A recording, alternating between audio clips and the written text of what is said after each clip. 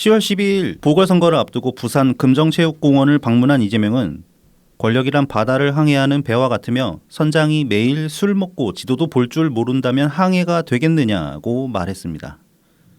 지난 총선으로 심판받았음에도 그 사실조차 인지 못하는 윤석열 정권을 다시 한번 심판해야 한다고 강조했습니다. 다음 날인 10월 13일 국민의힘 상근 대변인 신주호는 논평을 통해 만취 상태로 운전하다 적발된 이재명이 어찌 술 먹은 선장을 입에 올릴 수 있냐고 비판했습니다. 보궐선거를 앞두고 오간 양 진영의 설전은 현재의 정치 상황을 잘 보여주고 있습니다. 윤석열 정권의 무능과 독선에 대한 비판은 정당하지만 그러한 점들을 지적하기엔 이재명 또한 다를 바 없다는 비판 또한 합당합니다. 하지만 서로가 서로를 비판할 자격이 없다는 점에서 양 진영 모두 부당합니다. 양 진영의 부당함은 양 진영을 지지했던 투표로 나타났습니다. 지난 제20대 대통령 선거 결과는 상당 부분 상대 진영에 대한 비호감의 결과였습니다. 그리고 지금의 정치 상황은 2022년의 표심이 그대로 이어져 온 것이라 볼 수 있습니다. 하지만 현재 정치 상황에 대한 비판의 방향을 투표한 유권자들에게로 돌리는 것은 부당합니다. 양 진영 모두 그들에게 표를 줄 수 없었던 충분한 이유가 존재했기 때문입니다. 2022년부터 시작된 갈등을 2년이 지난 지금까지도 해소하지 못했을 뿐더러 스스로의 정당성부터 다시 세워야 함에도 정치 갈등을 정치적 생명 연장의 도구로 악용하며 정치 양극화를 지속, 악화시키고 있는 정치권을 비판함이 옳습니다. 일찍과 이찍엔 차이가 없습니다. 지금의 정치 상황에서 가질 수 있는 차별점은 누구를 지지하고 비판하느냐가 아닌 무엇을 지지하고 비판하느냐일 것입니다. 무능과 독선, 이기적인 정치 행태를 비판하려 한다면 그 대상은 여야를 가리지 않는 정치권 모두가 되어야 합니다. 진영과 인물이 아니라 사상과 행동을 지지하고 비판해야 합니다. 윤석열과 이재명 모두를 심판하는 것만이 유일한 정치적 대안입니다. 안녕하세요. 오늘은 10월 19일 토요일입니다. 저는 나이브TV 블랙하우 BC입니다. 네, 호구맨입니다. 요즘 들어서 이제 이번 주에 이제 보궐선거도 있고 했잖아요. 네네. 그리고 이제 이재명 1심 선고를 앞두고 다시 이제 개딸들이 창궐하고 있다. 이 말씀을 이제 전 방송에서 드린 적도 있는데, 이제 좀 SNS상에서 개딸들이랑 부딪히는 경우가 간접적으로 종종 생겨요. 한동안 좀 잠잠했다가. 네네. 근데 이제 좀 약간씩 이 사람들의 좀 스타일이 조금씩 달라지고 있다라는 걸 느끼는 게, 여전히 이직 사령을 하는데. 네네. 우선은 이제 윤석열 탄핵 이야기가 좀 더 설득력을 가지게 된 면이 있잖아요. 그렇죠. 김건희 리스크 때문에. 네네네. 그래서 그런지는 모르겠는데 이제 그런 소리를 해요. 이직들 윤석열 탄핵 좀 시켜봐라 그런 소리를 하거든. 근데 이제 저는 이제 그 말을 볼 때마다 좀 웃긴 거야. 그래 탄핵 윤석열 저대로 냅두면 안 되지. 어떤 식으로든 조치를 취해야지. 하다못해 이혼이라도 시켜야지. 탄핵을 시키든지. 네네. 그렇게라도 해야 되는데 니들이 그걸 우리한테 요구를 할 거면은 이재명부터 정리하라고 니들 선에서. 그래야 맞는 거잖아. 이따가 뒤에 소식을 알려드리긴 하겠지만 네. 민주당이 또 그 탄핵 가지고 좀 장난도 좀 치려고 했었잖아요. 그렇죠. 네. 골 때리는 짓거리를 했죠. 예, 그러니까 그거를 보면은 좀 웃긴 게, 네. 그러니까 탄핵을 시키는 게 목적이 아니라 오히려 그냥 대통령직을 수행하지 못하게 만드는. 이제 그게 한편으로는 걔네들의 의도대로 갔다면은 굉장히 그러니까 걔네들 입장 그쪽 민주당 쪽 관점으로 보면 굉장히 영리한 방법이긴 하죠. 왜냐하면 국회 손에 놀아나게 되는 거니까. 헌재를 무력화시켜버리고 탄핵을 국회에서 결정을 해버리면은 헌재 심판하기 전까지는 이제 탄핵이 계류가 되고 탄핵 심판이 계류가 되면서 직무 정지는 돼버리니까 네. 실질적인 탄핵 효과는 나는 거잖아요. 그렇죠, 그렇죠. 그걸 노린 거라고 볼 수 있는데 그것도 이제 무산됐고. 네, 차라리 무산돼서 다행이긴 한데 네. 되게 정말 악의적인 게. 네, 그거 이따가 얘기하는 게 낫지 않을까? 네네. 이따가 다시 한번 얘기해 보죠. 네. 그래서 이제 인트로에 제가 이제 일찍이랑 이찍이랑 차이가 없다 그런 말씀을 드렸는데 이게 이제 그런 식으로 얘기를 할 수 있는 거예요. 그러면은 지난 대선은 뭐냐? 지난 대선 이찍들은 뭐였냐라고 얘기를 할 수 있는데 지난 대선 때는 분명히 드러난 그러니까 우리 관점에서 네네. 우리 입장에서 봤을 때 드러난 그 부정의 크기 혹은 리스크의 크기가 이재명이랑 윤석열이 동등하지가 않았어요. 네네네. 그때까지만 해도 김건희 리스크가 이렇게 두드러지지 않았습니다. 일단. 그죠. 이 정도까지 구체화되지 않았죠. 네, 그냥 네. 저기 뭐 주가 조작 정도. 주가 조작 네. 얘기가 있었는데 뭐 나름의 방어가 적당히 됐죠. 그러니까 그때는 뭐야 실질적으로 뭐 네. 이득을 거둔 게 없다. 그러니까 그렇죠. 나는 주가 네. 조작에 네. 참여하지 않았다 그런 거였는데 지금 이제 상황이 바뀌었죠. 그렇죠. 이제 예. 뭐 수사를 해보니까 뭐 계좌로 돈이 들어간 흔적도 나오고 하니까. 네, 좀 그리고 이야기가 실질적으로 달라지고 뭐 있는데. 이득도 보았다 이런 네. 내용도 기사화됐고. 그래서 이제 진영이라는 인물을 배제하고 봤을 때 배제하고 그냥 그 사람의 행적만 놓고 봤을 때 행적이랑 뭐 말 같은 것만 놓고 봤을 때 지난 대선 때는 분명히 우리 관점에서는 이재명 쪽이 훨씬 찍기 힘든 후보였어요. 찍을 수 없는 후보였단 말이야. 네네네. 그렇죠. 그러니까 그런 식으로 얘기를 할 수 있는 거예요. 그런데 이제 시간이 지나고 봤더니면은 얘 대통령 시켜놨더니면은 개판이더라. 이거 뭐 이재명이나 다를 바가 없다. 이렇게 지금 와서는 상황이 그렇게 되니까 우리는 말을 바꿀 수 있는 거예요, 충분히. 그때는 이재명보다는 윤석열이 나와가지고 찍었는데 지금은 둘 다 쫓아내는 게 답이다 이렇게 얘기를 할 수가 있게 되는 거죠. 심지어 뭐 개인적인 경험입니다만 네. 한 열흘 전에 한 2주 전에 택시를 탔는데 네. 기사님께서 그 국민의힘 지지를 하시나 보더라고요. 네네. 그런데 이제 윤석열 저렇게 하면 안 되는데 네. 뭐 하는 건지 모르겠다고 지금 굉장히 안타까워 하시더라고요. 그 이번 주에 조선일보에 사설 나오고 있지 않습니까? 김건희냐 국정이냐 택하라고. 네, 조선일보도 그렇고 뭐 동아일보 네. 김순덕 씨 칼럼을 보면은 현 검찰총장이 그냥 김건희 그 수사해버려야 된다고. 네. 예. 기소를 해야 된다. 그러니까 이제 그런 식으로 다들 네. 지금 이제 상당 좀 저쪽 진영 안에서조차도 이들어가면 자기들 진영이 망가진다는 위기의식이 있으니까. 네네. 그래서 이제 그런 관점으로 보면 차라리 조중동이 한경호보다 나은 거예요. 그래도 그렇죠. 한경호는 이재명 리스크를 짚지를 못하잖아요, 제대로. 네. 이대로 저거 냅두면은 이쪽 민주진보 진영 전체가 망가진다 이런 소리를 못하잖아, 걔들은. 이미 참 망가져 버렸는데. 그렇죠. 심하게 네. 망가졌죠. 지금 좀 인식했을 거야, 아마 어느 정도는. 근데 이제 그런데 뭐 마치 없었던 일 마냥 이렇게 조용히 묻어가고 있다는 게 현재 상황에. 못 버텨가는 건지 뭐 어떤 네네. 건지. 이 지선 끝나고 났더니 이재명이 이제 그 저기 의원들 전원한테 편지를 보냈다고 해요. 말 조심하라고. 네네네. 뭐 그러면서 또 뭐더라? 말은 정치인에게 뭐 총과 같다 뭐 그런 소리도 하고 그랬다는데. 그 되도 않는 비유는 진짜. 아니 근데 민주당에서 그 말로 사고치기 랭킹 매기면 거의 그 역대급 아니야 이재명이? 거의 한국 정치사에 역대급으로 순위를 매겨도 탑3 안에는 무조건 들어가는. 아니, 민주당 당대표이자 민주당 뭐 유일 대권 주자라는 인간이 호남 내려가가지고 뭐 광주에서 니들 뭐 개머리판으로 대가리를 찍어 죽었지 뭐 그런 소리 찍어 죽이는 거 봤지 그런 소리 나오고 있고. 네네. 근데 무슨 그런 주제에 지가 무슨 어린인 척 사람들한테 입단속 말 조심하라 그런 소리를 하고. 네. 그게 이제 뭐 물론 뭐 그게 있긴 합니다. 인과관계가 지금 이제 끝났지만 보궐 전에 김영배가 설화를 크게 일으켰죠.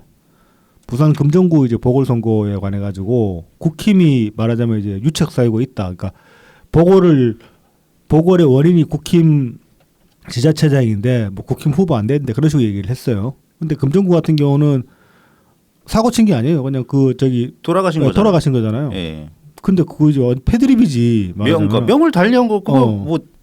참 스스로 생명을 뭐 버린 것도 그래서 아니고. 이제 그 이제 김영배 제대로 안 알아보고 그냥 그러니까 의뢰 그냥 또 사고 쳐가지고 또 그냥 보고를 하는 거지 그렇게 생각했나 봐. 그래가지고 뒤늦게 사고를 하고 그러기도 했었고 지금 또 저기 누구야 양문석 같은 경우 네네. 국감에서 또 이제 뭐 그것도 김건희 깐다고.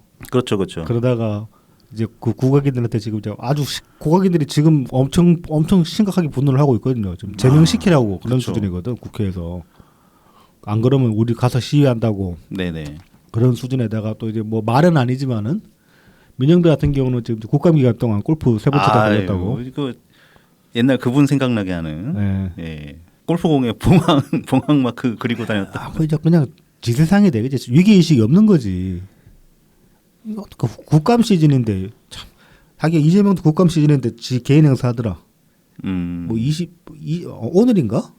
아니 오늘이 아니라 다음 주인가 아무튼 뭐 개인 행사 하나 하는 것 같은데. 네네. 애들 국감도 안 하고 별로 뭐 신경 안 쓰고 그 좀 짬되는 애들은 이제 국감에서 이제 열심히 뛴 애들은 자기 이름 열심히 피하려야 되는 애들. 초선. 예, 초선이나 뭐 그런 사람들이 좀 많이 열심히 뛰는 모양새라도 보이려는 것 같고 이재명 같은 애도 국감도 신경 안 쓰고 지금 그러고 있어요. 근데 지금 우리들은 윤석열 탄핵시켜달라 그러면 되겠냐고 이측도 그 개딸들은. 아니 뭐 탄핵안이나 올리고 얘기하도록 하죠. 아니, 다 절차와 순서가 있는 거니까. 아니 그리고 뭐 탄핵 이전에 그 정부 공격하기 제일 좋은 시즌이 지금 아닙니까 사실. 국정감사는 1년에 한 번씩 있는 매일 이벤트란 말이야 말하자면. 아 그렇죠. 엄청 크죠. 이때 잘해야 되는데. 박근혜 탄핵도 사실 뭐 그 2016년 국정감사 때부터 시작됐다고 그렇죠. 해도 과언이 아니에요. 뭐 이제 물론 이제 그 시작은 이대에서 이제 그 정유라 때문에 시위를 하면서. 네네. 그걸로 촉발돼 가지고 그게 이제 국감까지 가면서 이거 뭐냐? 그러면 그렇죠, 그렇죠. 들여다보기 시작한 거. 그게 이제 시작이 된 거죠. 아무튼 그래서 뭐 민주당도 지금 뭐 제대로 안 하고 있는데 뭐 우리들은 뭐 뭔 윤석열 탄핵을 시켜달래. 그러니까. 니네가 잘 해봐. 쪽수도 많고 뭐 당원이 뭐 800만 뭐.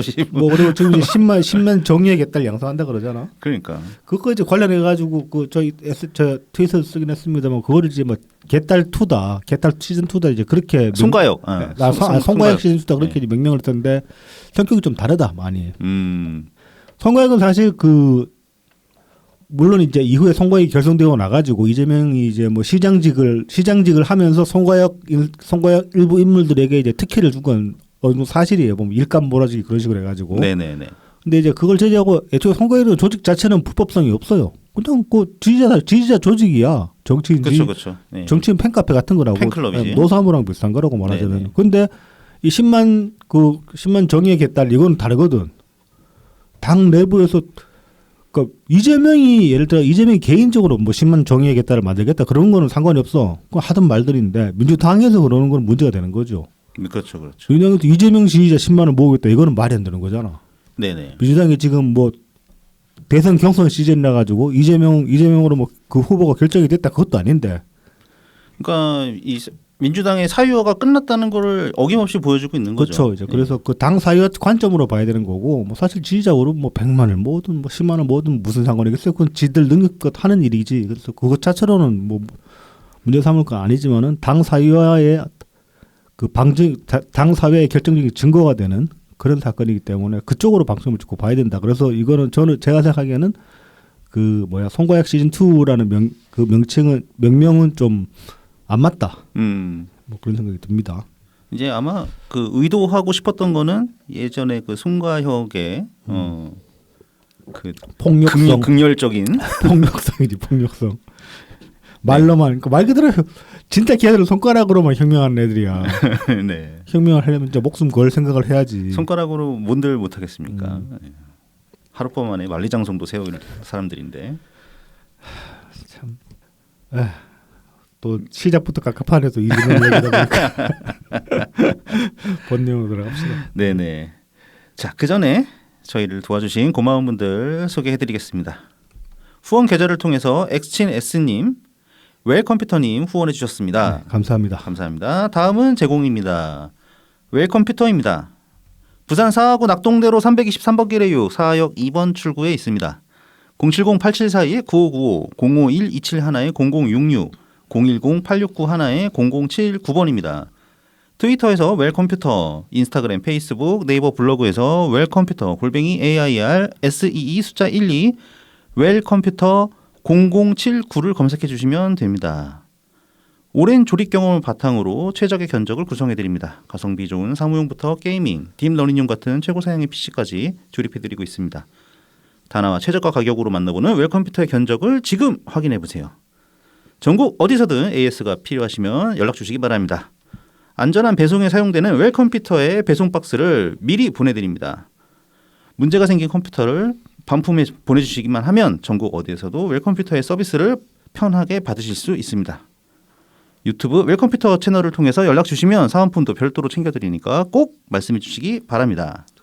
자 이제 그 15일 날 그 뭐야 독거미 키보드 이벤트 네네. 그 추첨을 해서 당첨자가 나왔는데 당첨되신 분께서 필요 없다고 하셔가지고 네네. 다른 분께 이제 뭐 드리면 좋겠다 그래서 다시 재추첨을 해서 이제 당첨자가 나왔고 이미 수령을 하셨어요. 수령을 네. 하셔가지고 이제 그 온라인상에 후기 글도 올라 있기 때문에 뭐 당첨자 어느 분 받아가시라 그런 말씀을 이번 주는 안 드릴 거고. 그리고 이제 또 합니다. 이 키보드 네네. 이벤트. 그래서 이번에는 31일 날 추첨을 하고 뭐 방법은 같습니다. 이 이벤트 글 리트윗 하시고 웰컴부터 트윗 계정을 팔로잉 하시면 자동으로 응모가 됩니다. 다들 이제 그 후기 글 저도 몇 개 봤는데 다들 좋아하시더라고요. 네네. 물론 이제 경품 받았기 때문에 뭐 그냥 그렇다고 얘기를 해야 되겠지만은 근데 이 키보드는 그 정말로 괜찮은 키보드인 것 같아요. 호평이 너무 좋아. 온라인에서 찾아보면은 다들 그래서 많은 관심 부탁드립니다. 악플을 남겨줄 수 있는 용자는 없는 것인가? 나한테 하면 할 수 있지. 빡킹 차이나 막 그러고 지금 시국에 근데 중국자를 쓰고 있어 막 그러고 이제 얘기할 수 있지. 그렇네요. 예, 한번 당첨을 기대해 보겠습니다. 안 돼. 컴퓨터 사장님이랑 원수질 일이 있어? 자, 다음은 달품은 농장입니다. 트위터 달품은 농장 골뱅이 DALPUMUN, 인스타그램 달품은 농장 _ 농사짓는 문파 골뱅이 DALPUM 숫자 1입니다. 진한 풍미와 영양이 살아있는 청란, 청격부터 친환경 우렁이쌀, 그리고 고춧가루, 참기름, 들기름, 서리태콩, 찰, 옥수수까지 다양하게 준비되어 있습니다. 달품은 농장에서 건강한 우리 농산물로 건강한 밥상을 준비하시기 바랍니다. 마지막으로 라만카카입니다. 네이버 스마트 스토어에서 라만카카를 검색해 주세요. 머랭 쿠키, 오란땅, 마들렌, 곡물 쿠키, 구운 찰떡, 호두 강정, 에그타르트, 소금빵 준비되어 있고 최근에 흑 소금빵까지 전격 출시했습니다. 네, 이게 오징어 먹물, 보리새우 가루, 그리고 치즈가 첨가되어 있다고 합니다. 치즈까지. 그래서 상당한 자신감을 지금 보이고 계시기 때문에 그래서 지금 요 세트가 있더라고. 흑백 소금빵 세트 그래가지고. 이 흑백 요리사의 그렇죠. 네, 거기서 트렌드에 올라타셨군요. 네. 그래서 이제 흑 소금빵 4개, 그냥 소금빵 3개든가 그렇게 해서 이제 패키지로 판매를 하고 있으니까 많은 관심 부탁드리겠습니다. 칭찬드립니다.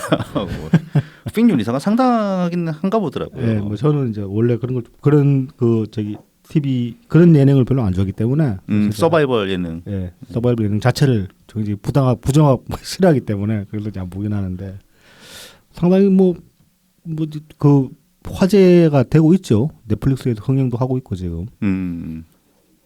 뭐 그렇습니다. 네네네. 저는 이제 유튜브로만 접하기 때문에 혹시 그냥 알고리즘에 의해서 그 약간 제가 흥행을 착각할 수도 있지 않나 아니요, 이런 생각을 했는데 지금 실제로 1위예요. 그 시청률.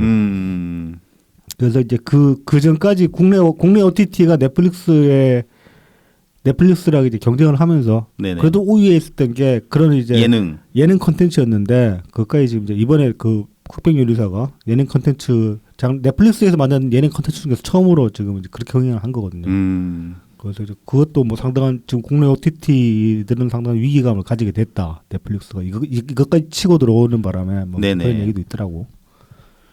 돈을 뭐 그렇게 쓰다 붙는데 돈을 그러니까 제작비가 그러니까 출연자들이 그 얘기를 많이 하더라고. 이 촬영장 규모에 진짜 너무 놀랐다고 그 셰프들이 그런 얘기를 하던데 뭐 만드는 사람이 그대로 한국 사람이면서 그런 어마어마한 자금이 투입되면은 결과물은 좋을 가능성이 굉장히 높죠. 뭐 시즌 2에 고든 램지 부른다고 그러는데.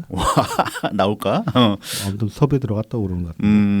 당연히 뭐 심사로 나오겠죠. 심사로 나오겠죠. 고든 램지 요리시키고 백종원이 심사하라 그러면 고든 램지 막 프라이팬 치고 던지지. 어마어마한 F워드를 들어볼 수 있을 텐데 궁금하네요. 자, 그럼 이제 본 내용으로 넘어가 보죠. 자, 이제 16일 날 그 하반기 재보궐 선거가 있었습니다. 네네. 뭐 결과가 다 나왔는데 일단 이제 보면은 총 투표율을 보면은 서울이 굉장히 낮습니다. 23.5%. 네네. 그리고 이제 뭐 나머지 지방들은 대략 이제 뭐 50에서 영광은 이제 70%까지 갔는데 그래서 이제 그리고 이제 당선인들을 보면 서울은 정근식, 네네. 진보교육감이죠. 그리고 이제 부산은 윤일현 여기 이제 국힘입니다. 금정구청장. 그리고 인천은 박용철 여기 또 이제 강화군수 여기도 국힘이고 네네. 그리고 이제 곡성은 조상래 여기는 이제 민주당이고 그다음에 영광군수는 장세일 여기도 이제 민주당입니다. 그래서 민주당 두석, 킴 두석 그리고 이제 교육감은 다시 진보 이렇게 넘어갔다고 네, 볼 수 있겠습니다. 그래서 이 재보궐선거 이제 평가를 해보자면은 뭐 이변이 없어요 사실. 네네 그렇습니다. 그냥 무난하게 뭐 일반적이라면 이렇게 갔을 것이다라는 식으로 그렇게 이제 그렇게 간 거죠 사실상. 그리고 보면은 뭐 인천 강화군도 사실 좀 국힘 강세 지역이었고 부산 그 금정구청장 같은 경우는 좀 그 근래 들어서 그러니까 그 2016년 2015년이었나 그때가 그 이제 문재인 당대표 시절부터 해가지고 그 뭐야 영남 무슨 벨트냐 낙동강 벨트 형성하면서 이제 그쪽에서 특히 이제 경남 쪽 경남이나 불경 쪽에서 많이 이제 민주당이 많이 표를 그 자리를 많이 가져왔잖아요. 네네. 또 금정구청장도 그 2018년 네, 그러니까 전전임은 민주당이었단 말이지. 네, 그래서 이제 그랬었죠. 완전히 또 여기는 완전히 국힘 밭이라고 보기는 좀 애매하긴 한데 하지만 전통적으로 그래도 국힘 강세 지역이었기 때문에 네. 2018년을 제외하면은 네. 전부 역대 구청장이 국민의힘 계열 정당 출신이었기 때문에 2018년은 대통령님 빨로 그냥 다 완전 다 잡아먹은 거지 말하자면. 그렇죠. 그 선거는 뭐 다른 말을 할 게 없어요. 민주당이 잘했네. 뭐 누가 개인 플레이를 잘했네 다 필요 없어 그냥. 뭐 문재인 대통령과 박근혜 탄핵 대통령의 합작이라고 할 수 있겠죠. 그렇죠. 문재인 정부 초반에 어떤 집권 프리미엄이 굉장히 강했죠. 네. 아무튼 이제 그런 식이었는데 그래서 아무튼 뭐 일반적으로 봤을 때 자기들 원래 이제 계속 먹고 있던 자리들만 그대로 가져왔다 뭐 그렇게 볼 수 있습니다. 근데 저는 이제 서울 사니까 이 진보교육감 선거를 진짜 짜증이 많이 났어 이거.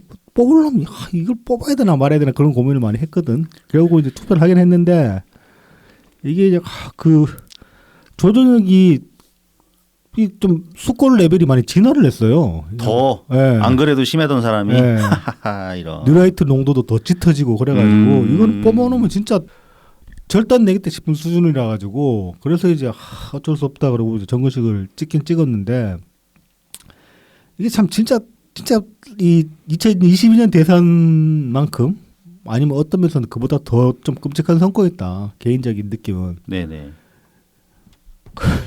이거를 뭐 이제 진짜 똥 피하려고 그러니까 뭐 안 죽으려고 똥 퍼먹는 느낌이라고 해야 될까? 그 정도라고 볼 수 있습니다.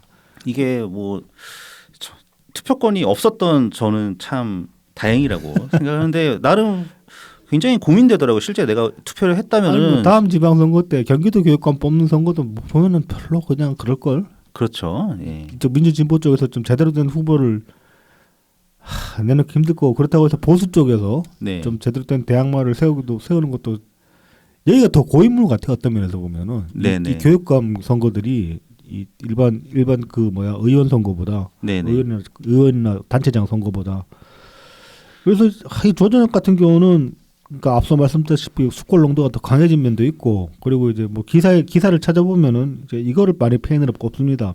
선거운동 자체를 유튜브 중심으로 했는데 이런 그냥 이 수권 유튜브에만 계속 나왔다는 거야. 확정성이 제로야.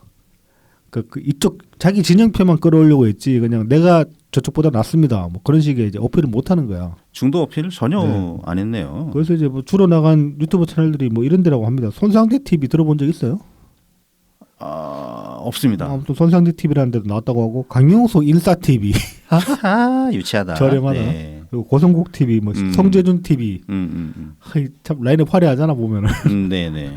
이런데 나와서 계속 얘기를 하니까 원래 이제 그 뭐 굳이 이제 완전 보수까지 안 가더라도 저 같은 사람도 이제 마찬가지였는데 이제 좀 이 혁신교육이라는 이 명분 하에 네네. 좀 너무 나간 게 아닌가 싶은 것들이 있었단 말이죠. 그래서 이제 그런 거에 대한 피로감이 분명히 있었기 때문에 이쪽 그 보수 측에서 적절한 대안을 제시를 했다면은 저는 저쪽으로 펴줄 용의도 있었거든요, 사실. 네네. 근데 조전혁이니까 이건 뭐 답이 없는 거야. 그렇죠. 이게 게다가 뭐 이 진보 교육감, 진보 진영으로 보자고 하면 이번 보궐선거의 원인 제공도 조희연 전 교육감이 했고, 그렇죠. 게다가 이제 단일 후보가 된 정근식 교육감 같은 경우는 그 뭐 난데없이 교육감 선거에다가 뭐 윤석열 정권 심판을 들고 나오지를 않나. 그리고 원래 굉장히 정치색이 강한 인사죠. 이 사람이 그 2018년에 이재명 그 저기 뭐야 3심전이었나 그때 왜 예, 탄원서- 대법, 예. 예, 탄원서. 이름 올린 사람이거든 이 사람. 예. 친명 인사예요 이 사람은. 그래서 찍을 수가 없었어 저 같은 경우도. 네. 근데 이제 조전액이어서 카운터가 조전액이어서 답이 없다 그렇게 해서 찍을 수밖에 없었는데. 그러니까 이 오프라인 선거 운동에서도 조전역 선거 유세 차량 거의 돌아다니는 거 못 봤거든요. 그렇죠. 저는 예. 못 봤어요. 저는 서울에 있는데. 그러니까 주말에 이렇게 와서 보면은 내내 그 정근식 후보 차량만 네네. 서울을 열심히 누비고 있더라고요. 네. 그러니까는 그렇다고 뭐 후보 단일화가 잘 된 것 같지도 않고 왜냐하면은 이제 3번 후보가 있었잖아요. 네. 3번 후보가 이제 누군지 유심히 보니까는 그쪽도 뭐 자기가 보수 교육감이라고 후보라고 하더라고. 그러고 보니까는 거기는 단일화조차도 안 됐어. 그러니까는 구도도 잘 안 만들어졌고 네. 선거 운동도 제대로 못 하고 인물도 별로고 뭐 그냥 망필이 야 투표 안 해도 그냥 정근식이 되겠구나 이런 느낌이더라고. 근데 이제 그런 거 치고는 이게 이제 투표율이 굉장히 낮았잖아요. 네네. 그래서 그나마 이제 그 저기 뭐야 좀 정치 고관여층이라고 해야 될까 그런 사람들이 이제 다 가서 이제 투표를 냈고 그래서 양진영 모두 지지자표를 박박 긁어 모은 것 같긴 해요. 그래서 한 5% 정도 차이 나거든. 아. 정근식이 여기 앞에 보면 50%. 50.24%. 그렇죠. 예. 그리고 조전혁이 45%인가 그래요. 그렇군요. 그래서 이제 뭐 양진영 닥닥 긁어 모은 그런 그러니까 선거였다. 전형적인 조직세가 많이 보이는 보궐선거 특징이 그대로 드러났네요. 그리고 이제 유추해 볼 수 있는 건 그러고죠. 서울 한정으로 봤을 때 네. 정치 고관여층은 대략 한 25% 내외가 아닐까 전체 인구에서. 그러겠네요. 그 정도로 생각해 볼 수 있는 거죠. 자 그리고 조국 같은 경우는 이제 정치적 위상이 많이 하락을 했습니다. 이번 선거를 통해서. 네네. 이번에 내면서 이제 어떻게 사실 의석 얻기는 여기서 이제 한석 건지기는 힘들었을 거예요. 어느 쪽이든 간에 뭐 만만한 그게 없기 때문에. 근데 이제 좀 유의미한 뭐 결과를 남긴다든지 아니면 부선 같은 경우는 단일화를 해줬잖아. 네네네. 말하자면 이쪽 사퇴를 해서 양보를 해줬잖아. 그래서 이제 해주면서 만약에 거기서 민주당이 됐다. 그러면 조국 입지가 커질 수가 있죠. 조국이 원래 고향이 부산이기도 하고 네네. 자기들이 양보하면서 선거 지원까지 해줘가지고 민주당이 당선됐다 그러면 야 그거 니들 힘만으로 된 거 아니지 않냐라고 얘기할 뭐 그런 구석도 생기는데 부산도 안 됐고 뭐 그리고 이제 뭐 저기 뭐야 영광이랑 곡성도 다 안 됐는데 영광 같은 경우는 진보당한테도 밀렸어요.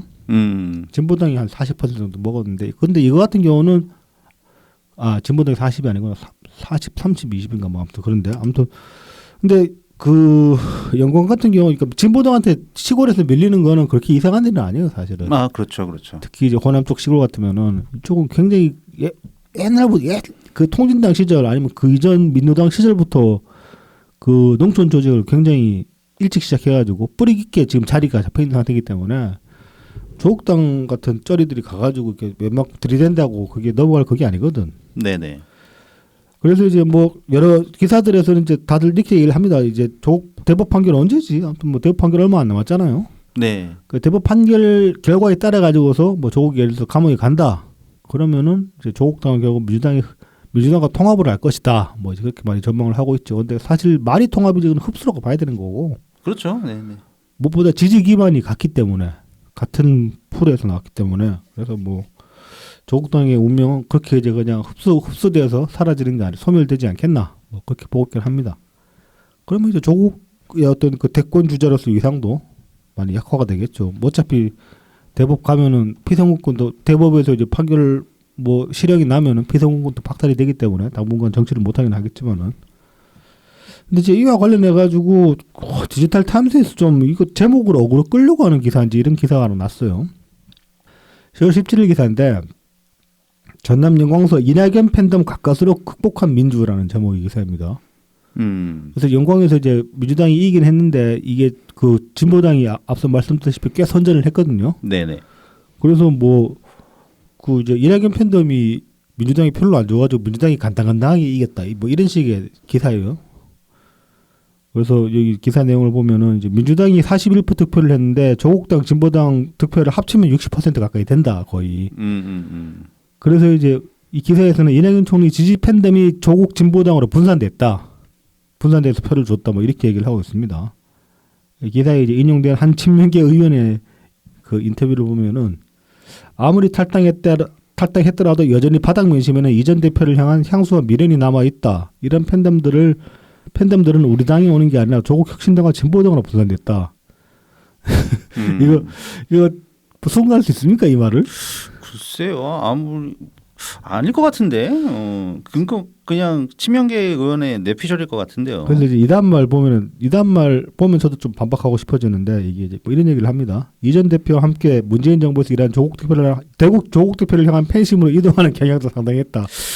문재인 정부 인사 출신들이기 때문에 뭐 조국한테 친근감을 가진다 이런 식으로 얘기를 하는데 글쎄요.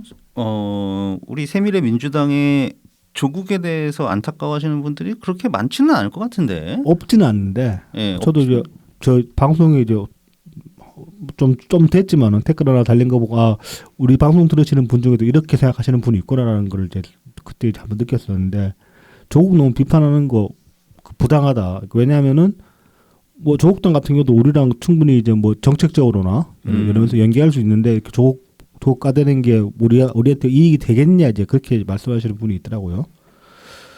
근데 전반적으로 우리의 정서는 조국의 각을 거쳐서 한참 건넜지 일반적인 정서는. 네네네. 왜냐하면 조국이 우리를 또 모욕하기도 했었고. 맞습니다. 네. 그래서 이건 뭐 진짜 억측스럽게 갖다 붙인 것처럼 보이고 또 이제 이 한 의원의 말이 사실이 되려면은 영광에서 또 이겨야 되는 거야. 근데 영광에서는 왜 그럼 뭐 이낙연 지지표가 왜 조국당으로 안 가고 진보당으로 더 많이 가? 말이 안 되잖아. 그렇죠.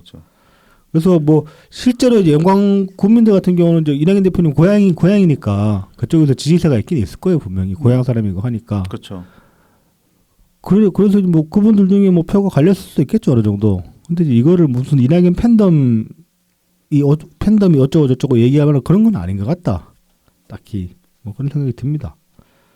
그냥 진보당 뭐 농촌 조직이 상당하다. 뭐 그 정도로만 얘기하면 되는 거지. 굳이 이걸 끄집어내는 건 좀 의도가 있는 것 같긴 하다. 저는 이제 뭐 개딸들 다시 뭐 또 부추기는 거 아니냐. 애들 뻑하면 이제 뭐 괜히 이낙연 총리 소환해가지고 뚜둑 패고 그러잖아. 이유 없이. 네네네.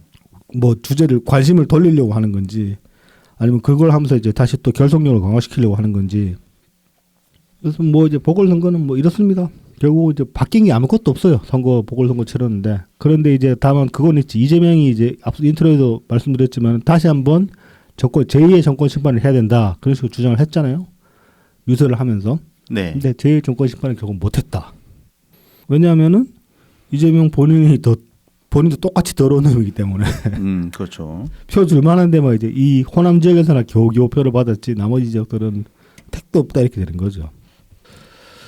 자 이제 선거 끝나고 나가지고 또 이제 좀 웃기는 소리를 했는데 이제 18일날 민주당 최고위에서 이제 김건희 불기소 처분 내렸잖아요 검찰에서. 상당히 이제 말도 안 되는 소리죠.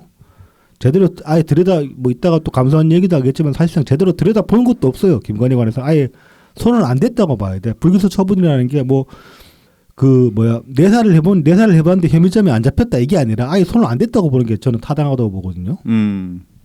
그래서 아무튼 이제 민주당 최고위에서 이제 이렇게 얘기를 했습니다. 어제는 대한민국 법치의 사망 선고일이다. 뭐 경비를 고용했더니 떼두둑이 때 곡권을 틀었다 주인이 행동으로 나설 것이다. 이렇게 얘기를 했는데 법치 사망을 이재명이 직접 말한다는 게 상당히 참 이율배반적이다. 그런 생각이 드는 거예요. 왜냐하면 이제 이것 때문이죠.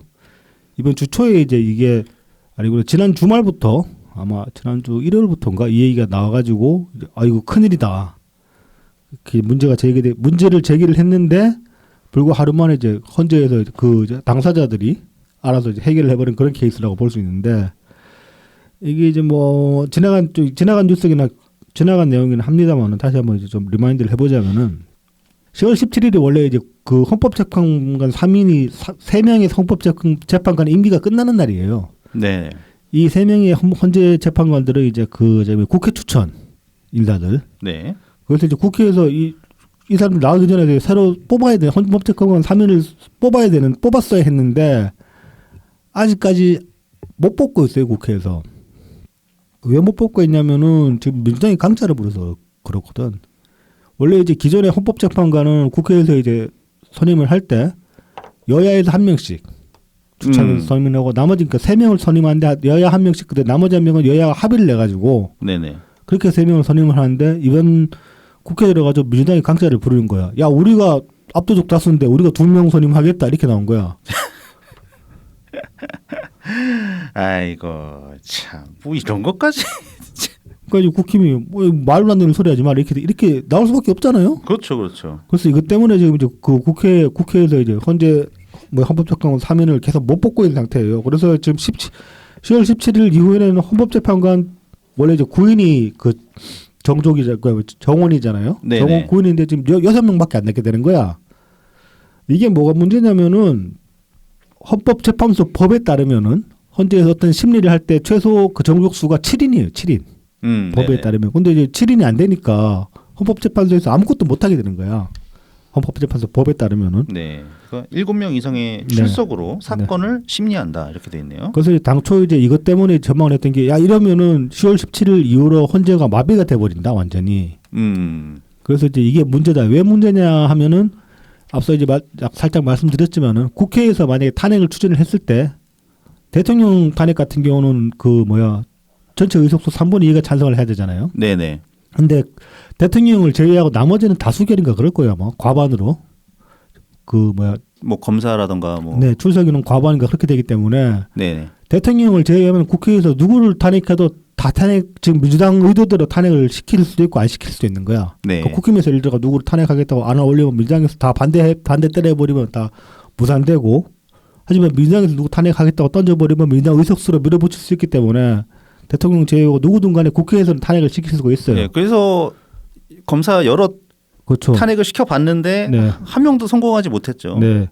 근데 이제 이 탄핵을 그래서 이제 국회에서 탄핵을 시키면은 이게 이제 이 탄핵 심판을 헌재에서 하게 됩니다. 그런데 그렇죠. 이제 헌재에서 하는 탄핵 심판이 헌재에서 이루어지기 전까지는 국회에서 탄핵된 대상은 직무가 정지가 돼요. 네네, 그렇죠, 그렇죠. 그 상태로 가다가 이제 헌재에서 뭐 탄핵 가결한다, 부결한다, 가결해버리면 날아가는 거고, 부결하면 다시 이제 즉 복귀하는 건데, 지금 헌재가 이제 6인 체제로 가면서 실제로 헌재 업무를 볼 수 없게 돼버리면은 헌재로 넘겨놔도 탄핵 가결 부결을 결정을 못 하게 되는 상태가 되니까 국회에서 탄핵을 해서 직무정지된 상태가 쭉 이어지는 거야. 헌법재판관이 이제 9인 체제가 되기 전까지는. 그래서 당초 이제 이번 주 초에 이제 다들 이제 우려했던 게 이거 좀 민주당이 의도적으로 헌법재판소를 기능을 마비시키려는 거 아니냐. 이제 그렇게 본 거죠. 그래서 이제 이거 때문에 심각하다. 그렇게 얘기를 했었고 이제 뭐 우리 당 같은 경우도 전재원 대표께서 이거 관련해 가지고 이제 뭐 굉장히 강하게 비판을 하시기도 했는데 이게 이제 근데 그 헌재에서 자체적으로 결국은 이걸 해결해 버립니다.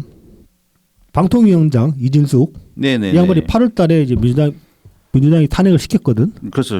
그래서 지금 심판을 받고 있죠. 이제 헌재 심리 중인데 지금 이제 10월 17일 날 이렇게 되면서 헌재 기능이 정지가 돼 버리잖아요. 그래서 그 전에 이제 이진숙이 뭐랬냐면은 7인 그 헌법재판소법 7인 이상이 이제 심리를 해야 된다. 이 법 자체가 이 법 자체에 대한 헌법 소원을 냈고 그리고 또 그 법안에 대해서 이제 가처분 신청을 냈어요.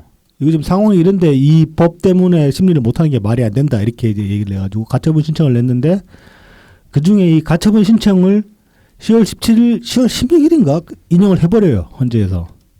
10월 16일이면 이때가 아직 3명이 퇴임하기 전이기 때문에 9명이잖아요. 9명 체제에서 이제 가처분 신청을 인용을 해가지고 결국 이제 즉 한시적으로 임시적으로 이제 6인 체제로 6인이 헌재에서 심리를 볼 수 있게 그렇게 돼버린 거예요. 이건 이제 왜냐하면은 헌법재판소 법이기 때문에 법은 이제 헌재에서 이제 가처분 걸면 심리를 할 수 있거든. 네네. 법을 바꿀 수 없는 법은 단 하나밖에 없죠. 헌법밖에 없죠. 헌법. 그렇죠, 그렇죠. 그래서 헌재가 스스로 6인 체제 민주당이 이제 6인 체제로 만들어서 헌재의 기능을 마비시키려 했던 의도를 헌재 스스로가 박살을 해버렸다. 이진숙의 가처분 신청으로 인해서. 그리고 이제 이렇게 이제 헌재가 그 가처분 신청을 인정하면서 또 이제 부수적인 효과까지 얻게 됐어요. 이것도 상당히 좀 재밌는데 관련해 가지고 이제 김변님께서 오랜만에 그 프레임메이커에 이제 칼럼을 하나 게재를 하셨어요. 10월 16일자 칼럼 제목이 이제 탄핵 좋아하다 탄핵길 완전 막힌 민주당이라는 칼럼의 이제 일부분을 보겠습니다.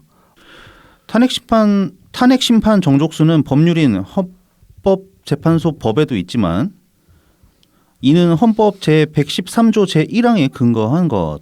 헌법에 심판 정족수를 6인으로 명시해 둔 것. 헌법은 헌법재판소의 심판 대상이 아니며 이를 변경하는 방법은 국민투표뿐. 결과적으로 헌법재판소의 심리는 이번 가처분을 통해 6인으로 가능하며 다만 탄핵을 인용하기 위해서는 6인 이상이 찬성해야 함. 심리 정족수 6인에 심판 정족수 6인이라면 만장일치 아니고는 탄핵이 인용될 수가 없는 것. 6인의 심리로 심리 기간은 단축될 가능성이 높아지고 만장일치라는 높아진 조건으로 인해 탄핵 가능성은 낮아졌기 때문에 탄핵 대상에 대한 심판 지연 효과와 그나마 낮은 인용 가능성까지 모두 사실상 사라져버린 것. 그러니까 이제 이게 무슨 얘기냐면 앞서 말씀드렸다시피 헌재에서 하는 모든 심리는 최소 정족수가 7인입니다. 이거는 헌법재판소 법에 명시가 돼 있어요. 근데 이제 이 법을 이번에 이제 가처분 신청을 통해서 이제 무력화를 시켰기 때문에 일시적으로 이제 막아놨기 때문에 남아있는 헌법재판관 6인이 이제 심리를 볼 수 있게 됐는데 헌재에서 내린 판결은 6인의 동의가 있어야 된다. 이거는 헌법이 명시가 돼 있어요. 그렇죠. 더 상위법이. 네, 헌법재판소법이 아니라. 그러니까 이제 이거는 못 바꾸는 거예요, 헌재에서. 네네. 그러니까 지금 6명이 남은 상태란 말이죠. 헌법재판관이. 그러면은 근데 6명이 남았는데 6명에서 심리를 볼 수 있게 됐는데 결정을 하려면은 무조건 그러니까 가기를 시키려면 무조건 이 6명이 다 찬성을 해야 되는 그런 상황이 된 그렇죠, 거예요. 그렇죠. 지금. 만장일치가 돼야죠. 네. 6명이. 그런데 그래서 이제 결국은 지금 민주당이 이제 각종 탄핵안들을 올려봤자 다 막히는 거야. 한 명이라도 네. 나는 반대한다. 이러면은 이제 탄핵이 인용이 안 되는 거죠. 지금 이제 구성이 보면 다 진보 쪽이 아니거든. 그렇죠. 섞여 있기 때문에 뭐 100%라고 봐야 돼요. 민주당이 올린 탄핵안들이 다 부결될 가능성이 거의 100%라고 봐야 되고. 그래서 지금 이제 민주당은 오히려 꼼수 좀 부리려고 했다가 자기들이 이제 의회 주도로 이제 시도하는 탄핵안들이 다 막히게 생겨버렸다. 사실 이제 이번 주 초까지만 해도 어떤 이 민주당이 사법권까지 침해를 하다 못해 망가뜨리려고 한다 이런 식의 이제 우려가 있었잖아요. 그래서 헌재랑 민주당이 대립하는 그런 구도가 형성이 됐었고. 주초까지만 해도 민주당이 이제 주도권을 쥐고 있는 듯한 그런 모양새가 됐었단 말이죠. 그 의회에서 어쨌든 간에 헌법재판관 3인을 헌재로 보내줘야지 헌재가 기능이 유지가 되기 때문에. 근데 그 3인을 보내주냐 마느냐에 주도권을 민주당이 쥐고 있으니까 뭐 헌재의 어떤 기능에 대해서 민주당이 주도권을 쥐고 있다, 스위치를 쥐고 있다, 뭐 그런 식의 이야기들이 나왔었는데 이 하나의 가처분 인용으로 인해 가지고 그 구도가 이제 뒤집어져 버린 거죠. 민주당 니들이 뭘 해도 우리는 쌩깔 수 있다 이렇게 돼버린 거죠, 말하자면은. 그리고 이제 이게 어쨌든 사법권에 대한 사법권 침해라고 볼 수 있는 부분이 여지가 있잖아요. 그러다 보니까 향후 이제 민주당이 지금 이제 이재명 재판들이 주르륵 걸려 있는데 이 판결들에 과연 유리하게 작용하기는 어렵지 않겠습니까, 아무래도.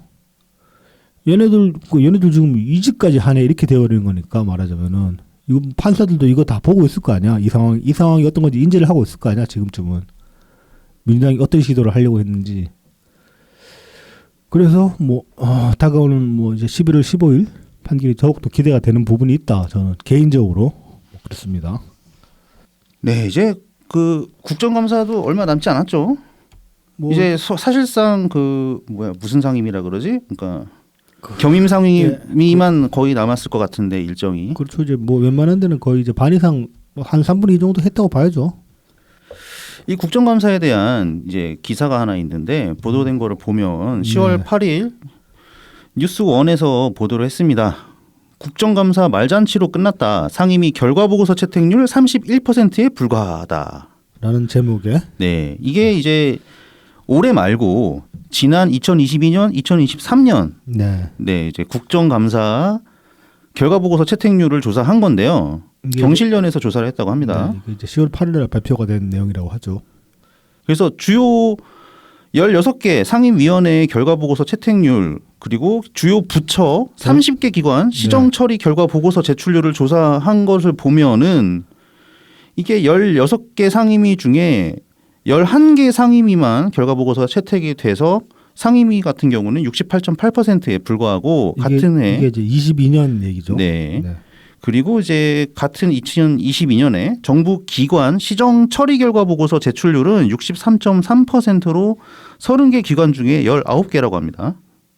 그러니까 이제 이게 그 국감을 해가지고 국감한 결과 보고서가 나오는데 이걸 가지고 이제 상임위에서 또 이제 회의를 할 거 아닙니까? 이 결과 보고서를 어떻게 할 것인가. 그렇죠, 그렇죠. 네. 근데 이제 결과 보고서가 채택이 다 안 되고 상임위별로 이제 합의가 안 되는 거지 말하자면. 네. 그래서 이제 뭐 상임위 전부 다가 국정감사를 해도 결과 보고서를 감사를 냈는데 결과 보고서가 안 나오는 건 감사가 모형지물이 돼버렸다는 얘기잖아요. 일단. 그렇죠. 네. 그래도 이제 2022년은 상황이 그나마 나았네요. 네. 그리고 이제 이 결과 보고서에 따라서 이제 그 상임위에 해당되는 정부 부처들의 이러한 점을 시정하라고 이제 시정 요구서를 던지면은 정부 부처에서 이제 그 시정을 하고 나가지고 결과 보고서를 또 내야 되는데 이것도 이제 한 60% 정도밖에 제출률이 안 된다는 네. 거지. 근데 이제 2023년 바로 작년은 훨씬 네. 더 심각해졌습니다. 이게 이제 문제가 되는 건데요. 네네. 이제 상임위 결과 보고서 채택률이 31.3%. 네. 이건 좀 진짜 너무한다. 네. 16개 상임위 중에 고작 5개에 불과하다고 하고 정부기관 시정 처리 결과 보고서 제출률은 40%, 30개 기관 중에 12개 기관이라고 합니다. 거의 일을 안 한 거지 작년은 이렇게 보면은. 네. 그러니까 60%대 정도면은 모르겠어. 그 전에 어땠는지 확률을 확실하게 알 수가 없기 때문에 뭐 장담할 수 없겠지만은 이 정도 수치는 사실 나올 수도 있다라고 저는 생각을 하거든요. 뭐 이건 일을 안 했다고 말하기는 어려울 것 같은데 30% 이래버리면 진짜로 일 안 한 거지 이거는. 싸움은 한다 뭐 이렇게 얘기할 수 있는 거죠 충분히. 이것도 이제 이와 관련해가지고 또 보면은 이 쌩까는 기관들이 보면은 또 이래요. 22년도에는 대통령실, 법무부, 감사원, 교육부 등 11개 기관이 이 처리 결과 보고서를 제출 안 했어요. 국회에서 야 뭐 이런 거 시정하라고 이제 얘기를 했는데 쌩깐 거야 말하자면은. 23년도에는 또 대통령실, 그리고 이제 국가인권위, 법무부 감사원 다 들어가. 교육부 등 또 18개 기관. 네네. 그래서 이제 대통령실, 법무부, 감사원, 교육부 얘네들은 아예 국회 말을 듣질 않는 거예요 지금. 이거 보면은 네네. 얘들이 뭐라 그러든 말든 그냥 상관 안 한다 이렇게 되는 거예요. 그래서 이제 이거를 어떻게 이제 이야기를 할 수 있을까? 이거를 그냥 뭐 이 기사를 보면은 국회랑 정부 둘 다 잘못하고 있는 거거든. 완전히 따로 놀고 있는 거죠. 네, 따로 놀고 있는 거고 일단 국회에서 합의가 안 되는 거는 이거는 다수당이 좀 더 이제 다수당의 책임이 있다라고 얘기를 할 수 있는 거죠. 어찌됐건 간에 합의를 정치는 싸움이 아니고 뭐 누차 말씀드리지만 정치는 싸우는 게 아니잖아. 그러니까 대립으로 끝나는 게 정치가 아니잖아. 대립으로 시작해가지고 합의로 끝나는 게 정치잖아 말하자면은. 네네. 합의로 끝나야 되는 게 정치잖아. 그러라고 하는 게 정치잖아요. 합의가 애초에 그거 아닐 것 같으면 그냥 총칼 들고 싸우는 거밖에 없는데 싸우는 선택지밖에 안 남는데 지금 정치는 이재명이 앞서서 제가 말씀드렸지만 뭐 정치인의 말이 총이다 그러는데 진짜로 그걸 총으로 택하고 싸우고만 있는 것 같아. 결국 정치의 결론은 합의다라는 여기에는 이르지 못하는 그런 것들을 계속 보여주고 있는 상황이고 이 정부는 또 국회 아주 일관되게 무시를 해왔다. 22년부터 그렇게 얘기를 할 수 있게 되는 거예요. 참 원래 뭐 22년도에 이제 특히 감사원 같은 경우에 또 이제 이런 식으로 쌩 깠다고 하는데 이와 관련해 가지고 MBC 보도이긴 합니다만은 국감 때 나온 내용들이 이제 좀 있어요. 이것도 좀 골 때리긴 합니다. 이게 이제 보면은 15일자 이제 MBC 기사에 이런 게 있어요. 문정부 감사인 84건, 관저 감사는 0건, 포렌식 감사원 수사요청도 급증 이런 제목의 기사입니다. 이게 이제 뭐 무슨 내용이냐면은 윤석열 정부 들어가지고 뭐 이제 문재인 정부에 대한 뭐 고소였나 고발이었나 아무튼 고발이겠지. 문재인 정부에 대해서 고발이 꽤 있었고 그래서 검찰 수사 들어간 케이스도 몇 건 되잖아요. 그런 것들에 관해서는 감사원이 굉장히 적극적으로 움직여가지고 뭐 디지털 포렌식 같은 걸 진행을 했는데, 근데 이제 그 윤석열 관련해서도 이제 뭐 이를테면은 뭐 관저 건축부터 해가지고 김건희 관련하는 각종 그런 수사해야 될 그런 사항들이 있잖아요. 이런 것들에 관해서는 감사원이 전혀 움직이질 않았다. 이걸 지적하는 이제 MBC의 기사라고 할 수 있습니다. 그래서 이제 기사 내용을 보면은 뭐 문재인 정부 신재생 에너지 실태 감사 중 84건의 디지털 포렌식을 진행을 했고 한상혁 전 방통위원장을 겨냥한 방통위 정기감사 때는 18건을 실시를 했다. 디지털 포렌식 대상이 뭐가 될까? 뭐 PC랑 폰도 털어갔나 그러면은 이거? 그렇죠. 폰도 제출 대상이 되겠죠? 근데 이제 이 기사가 좀 MBC 기사이기도 하고 좀 짜증나는 부분은 이겁니다. 이런 감사원의 편파적인 어떤 행태에 대해서 이재명을 끼워 넣어. 같은 범죄에 묶이는 것도 뭐 아주 무리는 아니긴 합니다만 이재명을 끼워 넣는 건 좀 짜증이 났다. 그래서 뭐 이재명 백현동 개발 특혜 의혹 감사에는 14건의 포렌식을 실시했다. 기사에서 이렇게 짚고 있는데 백현동 같은 경우는 사실 그냥 이건 민주당이랑 관계 없는 거잖아. 어떻게 보면은 성남시장 민주당이 이재명이 성남시장 때 이제 벌인 일에 관한 이야기인데 아무튼 이래가지고 그 감사원의 디지털 포렌식 건수가 뭐 그 윤석열 집권 1년 취임 1년차 2년차 비교해 보면은 굉장히 많이 늘어난 추세라고 합니다. 이제 집권 1년차 때는 97건이었는데 2023년에는 462건으로 5배 가까이 급증을 했다고 합니다. 네네. 그래서 이제 이거 좀 이제 특이한 게 그 일반적인 수사기관은 이 디지털 포렌식을 진행하려면 영장을 받아야 돼요. 법원 영장을 받아야 그렇죠, 되는데 그렇죠. 근데 감사원은 그게 필요가 없다고 합니다.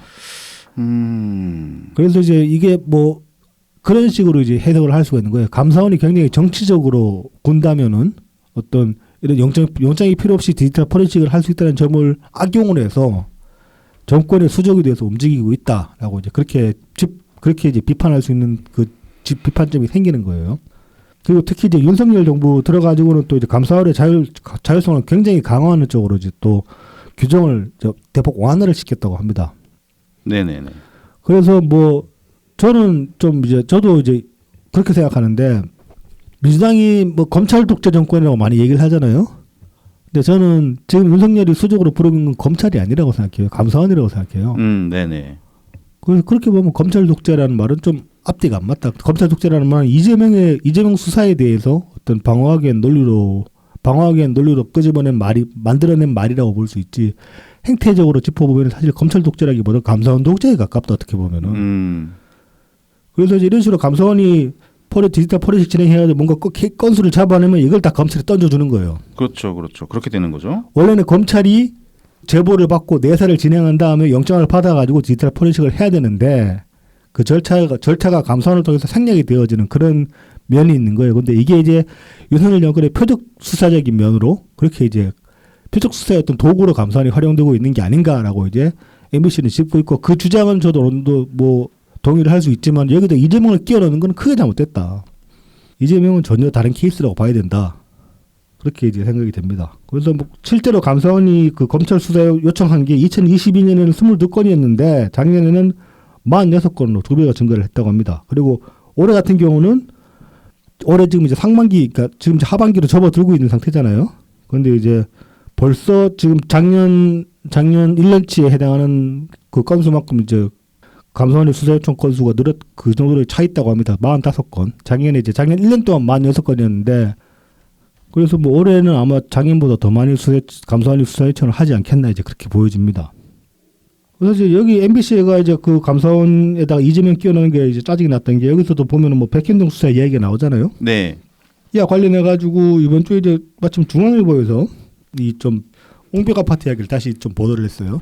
이게 그 중앙일보가 원래 유료 회원한테 공개하는 건데 이 백현동 건에 대해서만 워낙 그 알려야겠다는 네. 의지가 있어서 공개를 했습니다. 공개로. 그래서 유료 회원 이제 네. 프리미엄 회원이 아닌 사람들도 볼 수 있게 공개를 한 거거든요. 이거를. 그런 거구나. 예. 그래서 이 백현동 옹벽의 추악한 진실 덮어주면 은혜 갚겠다 다가온 남자 뭐 이런 제목으로. 예. 그러니까 우리가 이제 그 백현동 건에 관해서 다들 이제 어느 정도 뭐 대략적인 얼개나 뼈대 정도는 다들 알고 계시겠지만 이 기사가 상당히 디테일하게 짚고 있기 때문에 네네. 다시 한번 좀 내용을 리마인드 해보는 차원에서 그리고 이걸 좀 알아두면은 또 백현동에 관해서 다른 사람들한테 설명을 할 때 이렇게 짚어줄 수 있는 포인트들이 많아지는 면이 있어요. 기사가 꽤 잘 써진 기사더라고. 저도 이제 쭉 몇 번 읽어봤는데 그래서 이제 소개를 하려고 합니다. 그래서 최근에 그 성남시가 그러니까 그 백현동 옹벽 아파트의 사용 승인 일부 부분에 대해서 사용 승인 신청을 거부했는데 이것에 대한 성남시의 처분이 적법하다고 대법원 판결이 나왔죠. 그렇죠. 그래서 지금 이 백현동 주민들이 이제 큰일 난 거예요.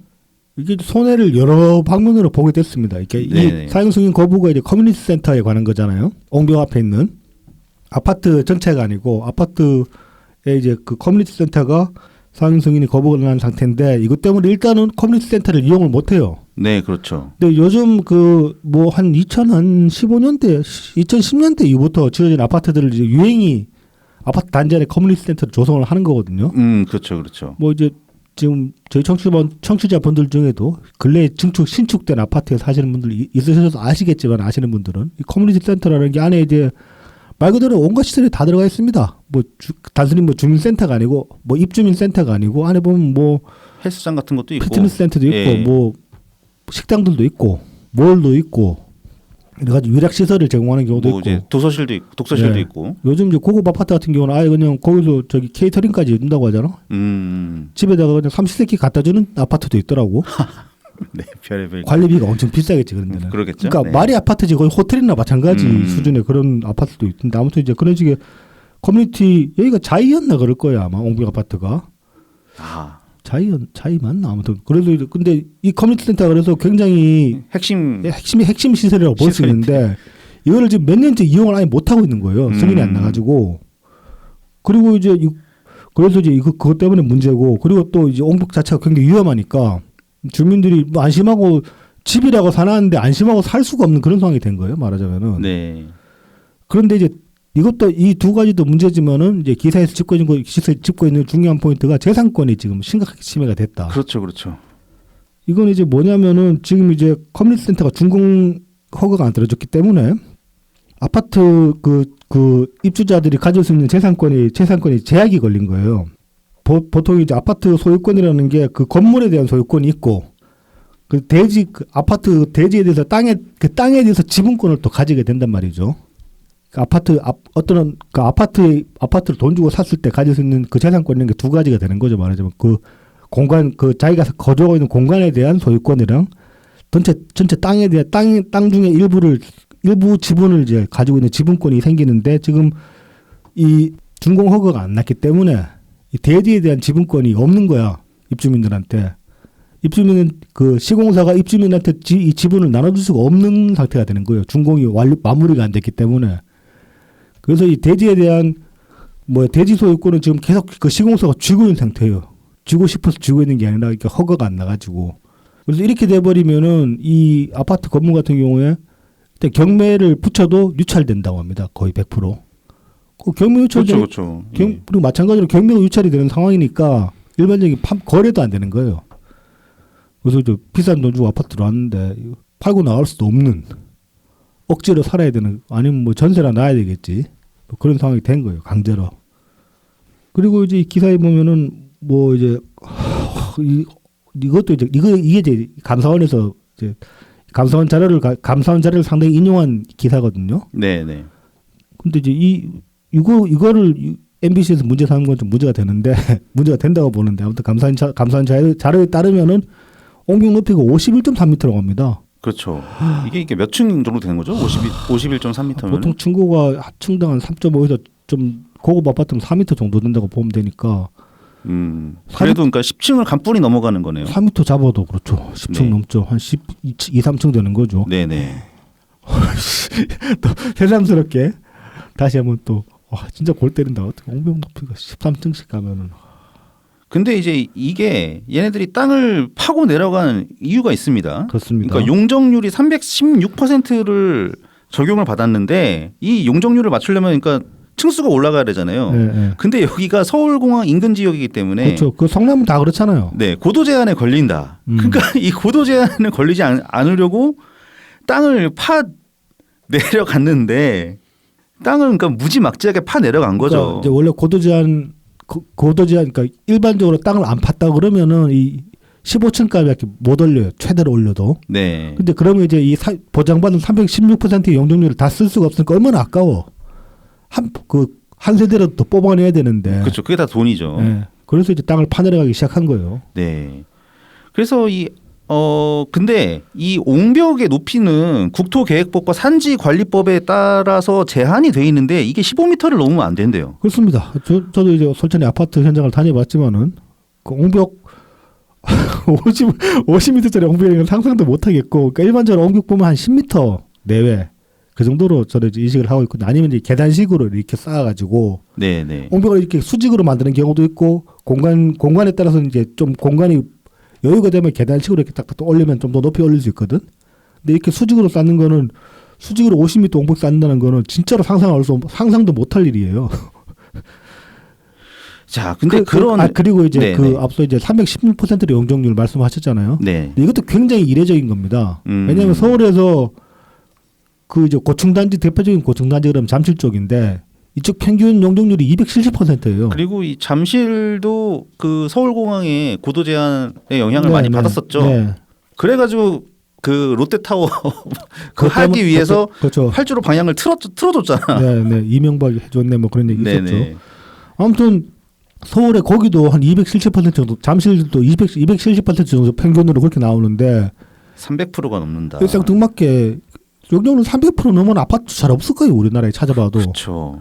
그리고 이제 기사에서 얘기했지만은 이제 옹벽 높이 51.3m라는 거는 국내에는 아예 없고 전 세계적으로 찾아봐도 뭐 거의 없을 정도다, 이렇게 이제 얘기를 하고 있습니다. 네.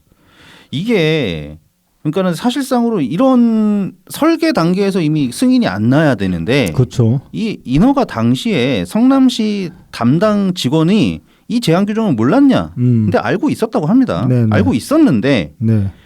이 아파트를 설계한 용역업체의 얘기만 그것도 전화 통화로만 네. 듣고 네. 일부러 인 것 같은데 네. 산지관리법 소관기관인 산림청 등의 확인을 전혀 거치지 않고 그냥 승인을 내줬다고 합니다. 그러니까 애초에 법률은 뭐 당연히 담당 직원이니까 관련 법규는 알고 있었을 것이고, 네네네. 그럼에도 불구하고 이제 관련 정부 부처에 문의를 해야 되는데, 문의라도 해봐야 되는데 문의도 아예 안 하고 그냥 네. 알았습니다 그러고 승인을 해줬다는 거예요. 근데 이제 이런 내용들이 다 감사 자료로 나온 것들이요. 이거 네. 부당하다고 할 수 있습니까? 왜냐면 옹벽 아파트 실존하는데. 그러니까 이런 거는 포렌식 아니라도 충분히 뭐 관련 서류를 통해서 얻어낼 수 있는 그 정보인데 왜 MBC는 이거를 감사원 얘기에 끼워 넣었을까? 그러니까 다시 한번 궁금해지고요. 네. 자, 그래서 이제 다시 돌아가 보면 성남시 이제 이 옹벽 아파트에 대해서 외부 전문가 중심으로 구성된 성남시 건축위원회에서도 문제 제기를 했다고 합니다. 몇 차례에 걸쳐서 했습니다. 이 네. 굉장히. 그래서 2017년 3월 건축소위원회 굴토심의에서는 법규대로 옹벽을 계단식으로 설치를 해야 되고 이게 수직이 아니라 네. 예, 계단식으로 비스듬하게 이렇게. 네. 그리고 그러기 위해서는 단지 배치 계획을 재검토할 필요가 있다. 그렇죠. 이 면적이 줄어드니까 그렇죠. 계단식으로 하면. 네네. 그래서 회의 결과 전문기관의 구조 안전 검증을 받는 조건으로 조건부 의결을 했고 그다음에 이제 2017년 4월로 가면은 건축 구조 안전 심의를 보면 산지 계곡부에 과거에 흐르던 물이 있는데 이 옹벽에 그 물 때문에 수압이 걸리면 이건 치명적이다. 네. 네, 그래서 성남시의 토사 붕괴 사고 사례들을 이렇게 보면 성남 용인 일대 토질에 단층 파쇄대가 존재하고 네. 암질 지수 값이 작다. 그러니까 암석의 품질이 좀 낮다.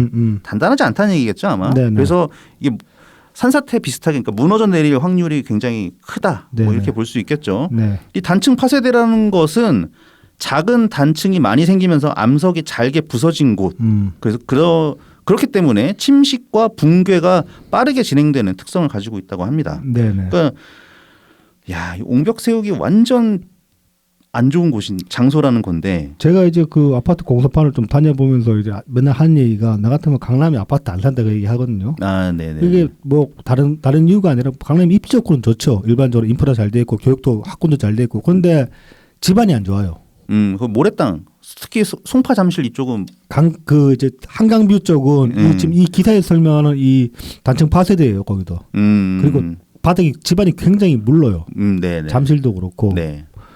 그런데 이제 여기서 저는 이제 그래서 이 옹벽 아파트가 만약에 강북 쪽에 특히나 성북동이나 평창동 같은 데 지어졌다 이런 식으로 그러면은 안정성은 저는 어느 정도 인정을 하겠어요. 왜냐하면 거기는 굉장히 진짜 단단한 화강암 지대거든. 네네. 그래서 그 동네 집들은 반석 위에 올려진 집이라고 할 수 있는데, 근데 화강암 지대를 50m 판다는 거는 공섭이 장난 아니게 들어가거든요. 언제 파? 그거 이제 그 우리나라 뭐 저기 얼마 전에 공개된 천무 5였나? 네. 그 벙커버스터. 예, 벙커버스터. 그게 북한 애들이 화강암 지대를 뚫고 지하 100m에 벙커를 지으니까 그 100m 그 화강암 지대 100m 안에 밑에 있는 벙커를 부수려고 미사일이 뚫고 들어가 그 화강암 지대를 뚫고 가게 만든 미사일이거든요. 그 화강암 지대라는 게 그만큼 빡센데 그 편마음 전투지대 이거는 진짜로 여기는 고층은 못 올려요. 그냥 저층 뭐 한 3, 4층 그 정도까지밖에 못 올리는 그런 땅 자체도 그런데 이거를 까가지고 그러니까 그 위에 그냥 고층 아파트 지어도 저는 좀 별로라고 생각을 했을 텐데 이거를 이런 땅을 까가지고 옹벽을 올리고 아파트를 지었다는 거는 이 자체로 진짜 말이 안 되는 거예요. 이건 너무 많이 위험해. 좀 일반적인 지대에 옹벽 50m 올렸다고도 문제인데 이거는 일반적인 그런 수준도 못 되는 굉장히 위험한 그 물렁물렁한 땅이라는 거죠. 뭐 아무튼 이런 식으로 계속 이제 회의 때마다 이거 안 되는데 이렇게 얘기가 나온 거예요, 말하자면. 네네.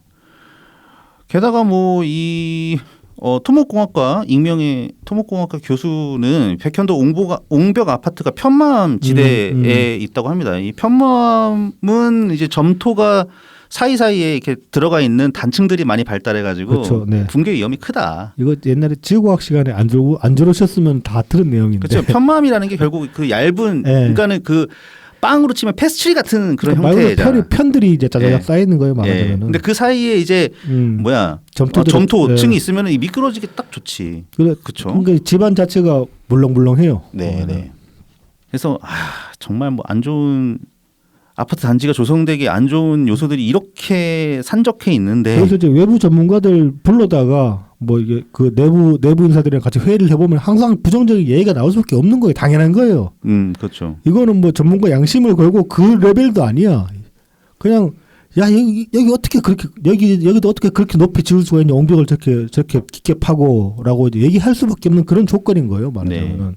근데 이제 2017년 5월 5차 심의에서 옹벽 부분의 안정성에 문제가 있는 부지인데 상식적으로 이해가 안 되는 총체적으로 부실한 심의다라고 심의에서 이런 내용의 발언이 있었는데도 불구하고 네. 자, 14명의 참석 위원 가운데 조건부 의결 찬성을 8명이 했고 재심의 의결 찬성을 1명이 했고 5명이 또 기권을 했습니다. 이게 이제 기권이 좀 골 때리는 거예요. 대놓고 반대를 못 하는 거예요. 겁나서. 뭔가에 의해서.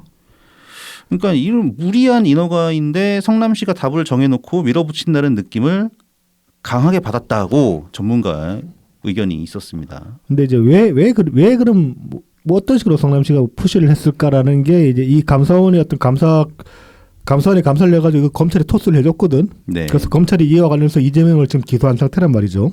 네. 그 공소장을 보면 이제 내용들이 나옵니다. 자, 그래서 보면 정진상 네. 이제 정진상이 2016년 10월 중순 당시에 성남시 도시주택국장 김모 씨한테 전화를 해가지고 옹벽 건축 계획안을 문제 삼지 말고 빨리 사업을 진행시켜라 이렇게 지시를 했다고 합니다. 정진상의 말이 곧 이재명의 말이었지. 그렇죠. 그래서 성남시 실무자들은 옹벽 허가를 포함한 지구 단위 계획안을 당시 성남시장에게 보고를 했고 시장은 이재명이죠. 네. 이걸 최종 결재했다. 근데 이재명은 뭐 자기가 사인하는 게 한두 개인 줄 아냐, 뭐 어떻게 다 할 수 있냐 그런 식으로 좀 얘기를 하고 있죠. 네. 2021년 5월에 이 백현동 아파트 기사를 처음 보도할 당시에 이 중앙일보 기자한테 이 백현동 시행사 회장이 찾아왔다고 합니다. 그래서 이 문제를 덮어주면 평생 은혜를 갚겠습니다. 근데 이제 기사에 따르면 이제 기자 좀 자기 자랑 같은데 이제 이렇게 답을 했다고요. 나는 이불 말고는 덮는 게 없다. 이불 말고 덮는 게 없다. 네. 나름 좀 이제 좀 재치 있는 뭐 애드립인 것 같아요. 재치 오고 이제 약간의 뭐 간지 허세 그래서 멋을 부리면서 기사를 마무리를 합니다. 네. 아무튼 이 백현동 관련한 이 수사 그다음에 이 들춰진 내용들이 감사원 보고서에 감사원을 통해서 밝혀진 사실들이 상당히 많아요. 근데 이것까지 지금 윤석열 정권의 어떤 그 야권에 대한 표적 감사의 일환으로 볼 수 있냐 이거지. 같이 묶을 수 없는 것들 아니에요. 이거는 사실상 백현동의 옹벽 아파트는 실존하고 그러면서 피해를 입고 있는 주민들이 실제 합니다. 그럼 거기에 대해서 누군가는 책임을 져야 돼요. 그리고 진상을 밝혀야 돼요. 근데 이건 이재명이 시장 때 있었던 일이란 말이야. 그러면 뭐 이재명이 진짜 모르고 이재명 주장대로 결제할 때 자기 뭐 모르고 결제하는 게 많다고 칩시다. 그래도 책임은 이재명이 져야 돼요. 자기가 사인을 했잖아. 네네. 근데 뭐 난 그냥 모르고 사인만 했기 때문에 나는 책임질 일이 없습니다. 이런 식으로 발뺌을 하려고 하니까 그것 자체가 일단 말이 안 되는 거죠. 그리고 이거를 묶어가지고 무슨 정권의 뭐 표적 수사다, 표적 감사다, 뭐 정권의 탄압이다 이렇게 얘기한 건 택도 없는 소리고 얼마나 어이가 없습니까? 애초에 아파트를 일반적인 아파트 짓기에도 상당히 위험한 땅인데 이거 원래 이 부지 그거였잖아. 그 식품 뭐였지? 식품연구원. 식품연구원 부지였잖아. 네. 그래서 참 MBC 다운 기사였다 한편으로. 그러니까 네네네. 이게 그 지금 국감 때 이제 나온 내용인데 뭐 충분히 지적할 수 있는 부분이 있음에도 불구하고 감사원이 지금 여러분 볼 때 정권의 말 그대로 정권이 개예요. 지금 감사원이 하는 짓거리가.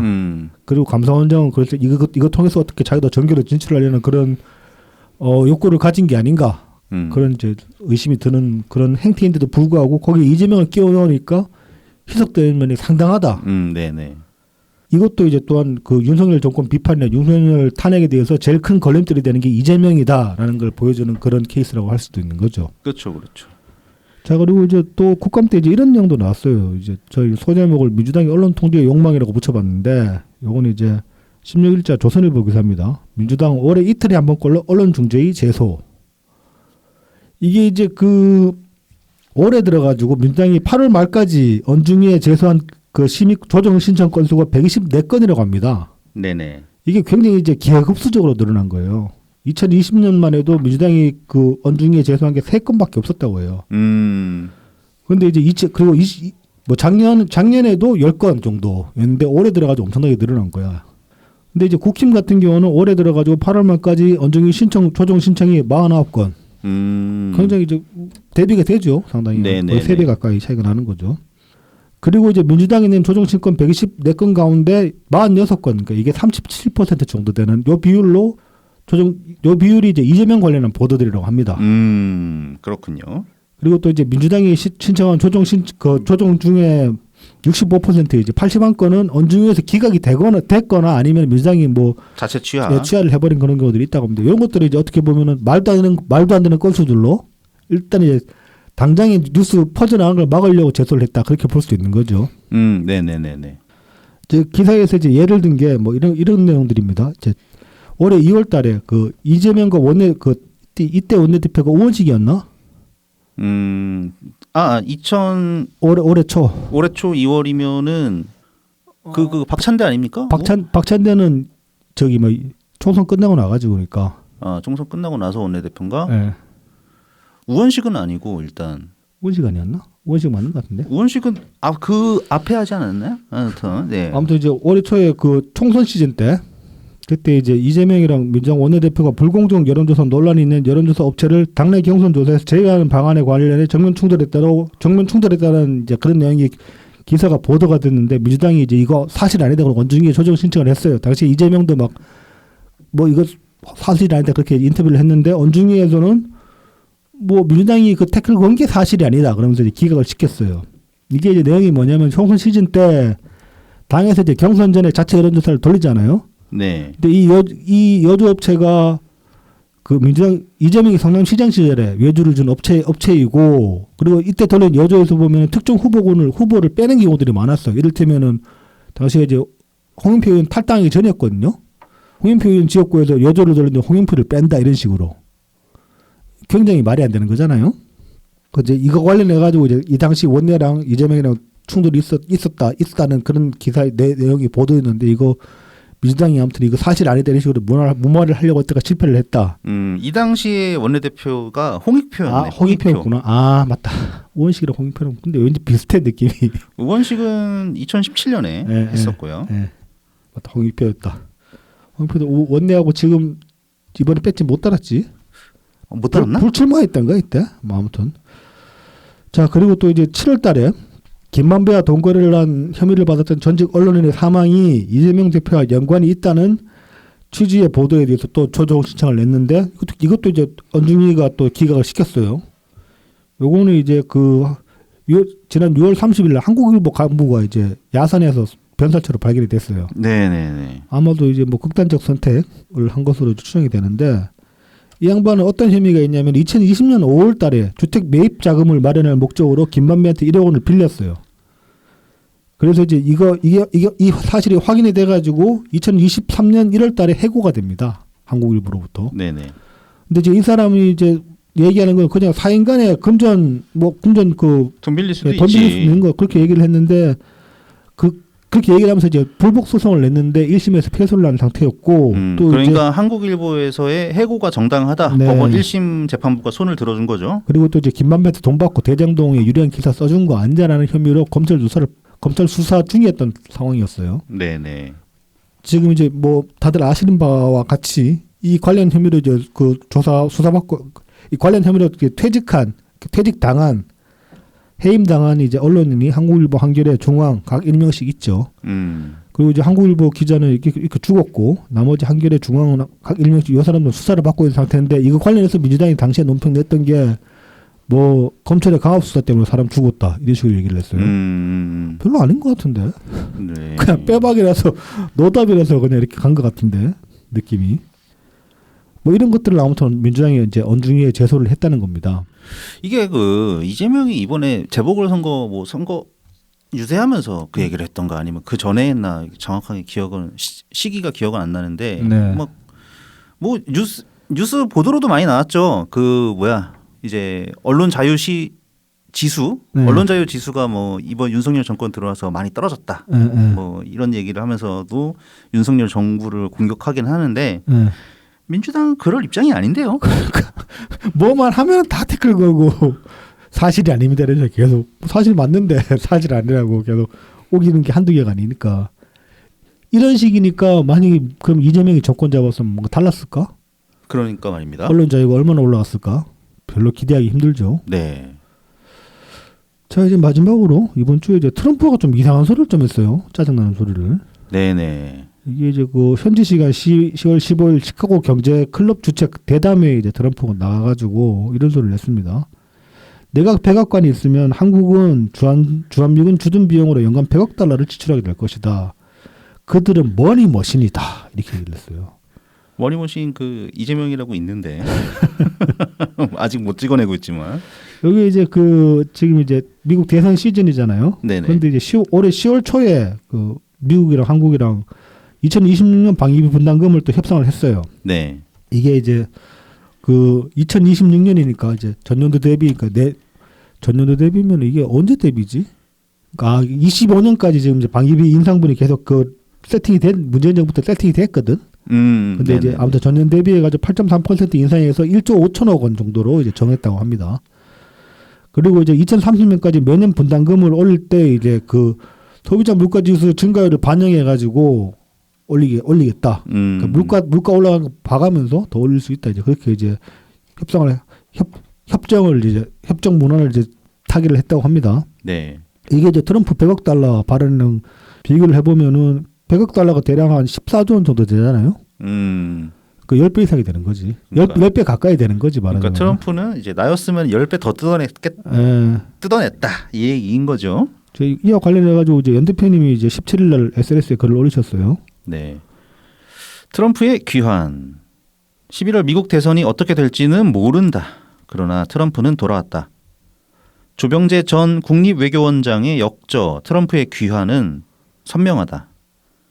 트럼프의 인간과 정치의 빛과 그늘을 쉽고 단호하게 설명한다. 나는 미국 민주주의가 일그러지고 있다고 생각하는 편이다. 그래도 이 책을 단숨에 읽었다. 저자는 말한다. 트럼프 현상은 미국판 문화혁명이다. 트럼프가 표방하는 질서는 한국 발전의 토대가 돼준 자유주의적 국제질서가 아니다. 자유시장 경제와 동맹체제라는 레이건, 부시 공화당의 전통적 의제는 들어설 공간이 없다. 트럼프는 우리가 한 번도 가보지 않은 낯선 영역을 제시한다. 엊그제 트럼프는 한국을 현금 출납기라고 규정하며 집권하면 100억 달러, 약 13조 6,500억 원을 받아내겠다고 말했다. 2017년 트럼프는 문재인 정부에 방위비 50억 달러를 요구했으나 10억 달러 수준에서 타협했다. 퇴임 후 트럼프는 그때 50억 달러를 받아내지 못한 것이 가장 유감스럽다고 했다. 만약 트럼프가 다시 집권한다면 한국은 방위비 분담금 증액 말고도 짐이 많다. 주한미국 감축, 북미 관계, 미국 제조업 재건 정책 앞에서의 한국 산업과 무역 등이다. 저자는 말한다. 위기에는 위험과 기회가 섞여 있다. 가장 먼저 할 일은 우리의 이분법적 세계관과 흑백 논리를 버리는 것이다. 그러니까 이제 이낙연 대표님도 트럼프가 마뜩 찬치만은 근데 이 상황 자체를 그냥 단순히 선악으로 그렇게 구분해서 볼 것만은 아니다. 그러니까 이 안에서 우리가 그 활로를 모색을 해야 되고 이 안에서 취할 수 있는 걸 찾아내야 된다. 이제 그런 취지의 말씀이라고 저는 이해를 했거든요. 그래서 이제 보면은 문재인 정부 때도 분명히 트럼프가 방위비를 많이 올렸어요. 이때 좀 국내에서 얘기가 많았거든요. 트럼프한테 퍼준다 그런 식으로 얘기를 했는데 문재인 정부 때 행보를 되짚어 보면은 방위비 올리면서 집 받아낸 게 있어요. 그게 미사일 사거리 제한 푼 거거든. 사거리 제한 탄두 질량, 중량 제한. 중량도 풀어버리고. 네네. 이거 굉장히 큰 거거든. 이 바람에 우리가 지금 미사일 수출 엄청 해먹고 있단 말이에요, 실제로. 네. 그래서 이제 저는 이제 연 대표님 말씀하신 그 위험과 기회가 섞여 있고 이분법적 세계관과 흑백놀이를 버리는 거다. 이 말씀에 착안해서 생각을 해봤는데, 그래서 트럼프가 방위비 올리려고 협상을 하면은 100억 달러 그대로 다 주는 건 무리가 있지. 무슨 10조 원씩 어떻게 줘? 13조 원씩 말이 안 되잖아. 그래서 이거 협상을 하되 협상에서 좀 방위비 올려주는 대신에 또 얻어낼 걸 얻어내야 되지 않겠나. 저는 이제 그래서 핵무기에 관해서도 좀 인식을 다시 재고볼 필요가 있지 않을까라는 생각이 들기 시작했습니다. 왜냐하면은 단순히 뭐 핵 보유가 악이다 막 그렇게 얘기하기에는 우리 지금 상황이 그래요. 주변국도 다 핵 있어요. 우리랑 우호적이지 않은 국가들이 다 핵 보유국이란 말이에요. 러시아, 중국, 북한 다 핵 보유국이잖아. 그래서 일본하고 우리만 없지. 네, 그래서 이제 미국의 그 동아시아 핵 확산 억제 정책은 실패를 했다. 뭐 이렇게 평가를 할 수 있거든. 그러면은 그래 우리 방위비 더 주는 대신에 그리고 미군 감축하는 대신에 우리 핵만 늦게 승인해라. 우리 핵 보유국으로 인정해라라고 이제 미국한테 그렇게 요구를 해볼 수도 있는 거지. 그러니까 카드로 쓸 수는 있는 거죠. 네. 뭐 그리고 그렇게 해서 핵 보유하는 게 저는 그리고 지금 상황에서 그게 과연 뭐 악일까 그렇게 생각도 안 됩니다. 필요할 수도. 사실 근데 그게 악이라는 거보다도 이제 실제적으로 가능할 것이냐 그리고 이제 핵 우산 그 기구에서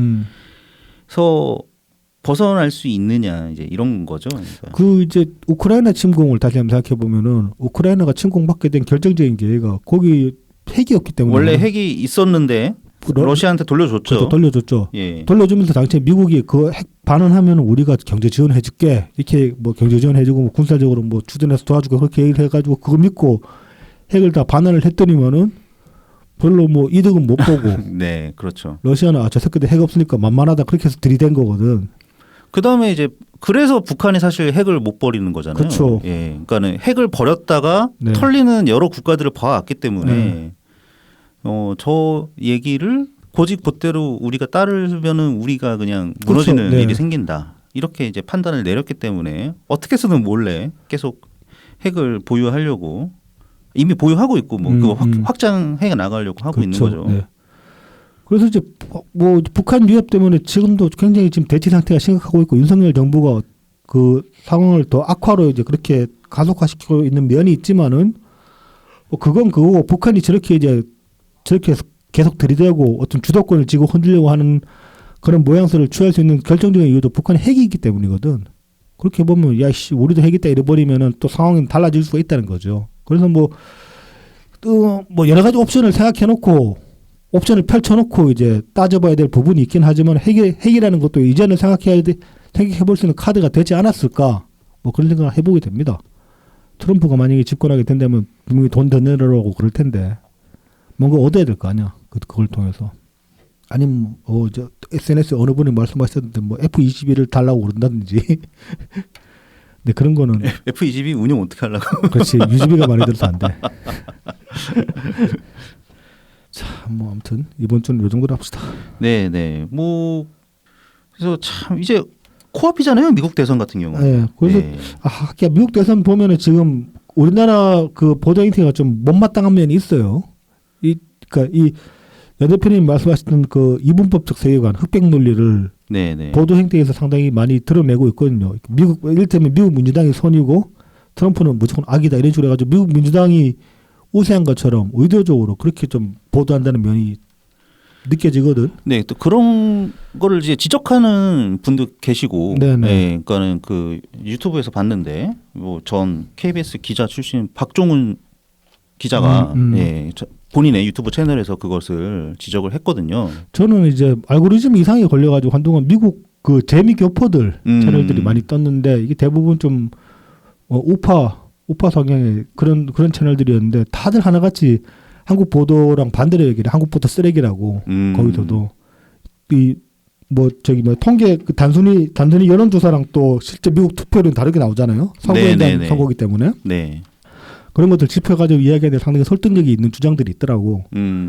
그래서 그 우리나라에서 그냥 그러니까 우리나라 보도 행태랑 미국 현지인들이 말하는 거랑 그 괴리가 너무 컸기 때문에 저는 그냥 미국 대선에 대해서는 판단을 안 하는 게 적절하겠다. 네네. 그렇게 생각을 했는데 어쨌든 국내 보도가 저도 좀 그 바이어스가 심하게 걸린 거 아닌가 그런 의심은 많이 했습니다. 네. 그러니까 좀 의미 없는 자꾸 전국 지지율을 네네. 보여준다는 게 네. 이제 뭐 그거마저도 지금은 차이가 좁혀져 버리면서 네네. 이제 박빙이라고 지금 보도를 하기 시작한 것 같더라고요. 최근 일주일 검색을 된 거 보니까. 저는 이제 민주당이 사실은 후달리는 게 아닌가라고 최근에 느끼게 된 게 오바마가 굉장히 큰 말실수를 했어요 얼마 전에. 오바마가요? 예. 그 이제 흑인 남자들이 있는 어떤 그 모임 같은 데서 이제 한 발언이 동영상이 찍혀가지고 돌았는데 네. 오바마가 맞으면 미국판 이찍 이야기를 니들 일찍이야 이 소리를 한 거야 흑인들한테. 너희들 왜 해리스 왜 지지 안 하냐? 해리스 지지해라 이런 식으로 얘기를 한 거야. 너희들이 흑인이고 남자인데 어떻게 흑인 남자인데 어떻게 해리스를 지지를 안 할 수가 있냐 이런 식으로 얘기를 한 거야. 허허, 네네. 그것 때문에 오히려 이제 일부 이제 흑인 남성 커뮤니티에서 반감이 커졌다. 뭐 이제 그런 식의 기사도 보고 그 외진 기사도 보고 있는데 그런 식 근데 오바마 같은 양반이 그렇게 얘기한다는 건 굉장히 후달려서 그런 게 아닌가 그런 생각이 들었거든. 그러게 말입니다. 하여튼 지금 이제 우리나라 기업들도 아마 그렇겠지만 더 심각할 수도 있는 것은 지금 현재 정부입니다. 그렇습니다. 외교 라인이 지금 어떻게 준비를 하고 있냐. 생각이 없는 것 같아. 그러니까. 그냥 미국한테 그냥 숙이고 들어가면 다 된다고 생각하는 것 같아. 네, 뭐 참 걱정입니다. 걱정입니다. 네, 이게 진짜로 어떻게 바뀔지 모르거든요. 미국이라는 네. 나라가. 네. 네, 뭐 참. 뭘 할 말이 없네. 깝깝하지. 네, 갑갑하네요. 네. 네, 그러면 깝깝한 대로 끝내야 네, 되겠구만. 끝내야 될 수밖에 없네요. 네, 다음 주에 다시 찾아뵙겠습니다. 어이없다. 이게 뭐야? 네. 급 마무리 네. 네, 하겠습니다. 다음 주에 찾아뵙겠습니다. 감사합니다. 감사합니다.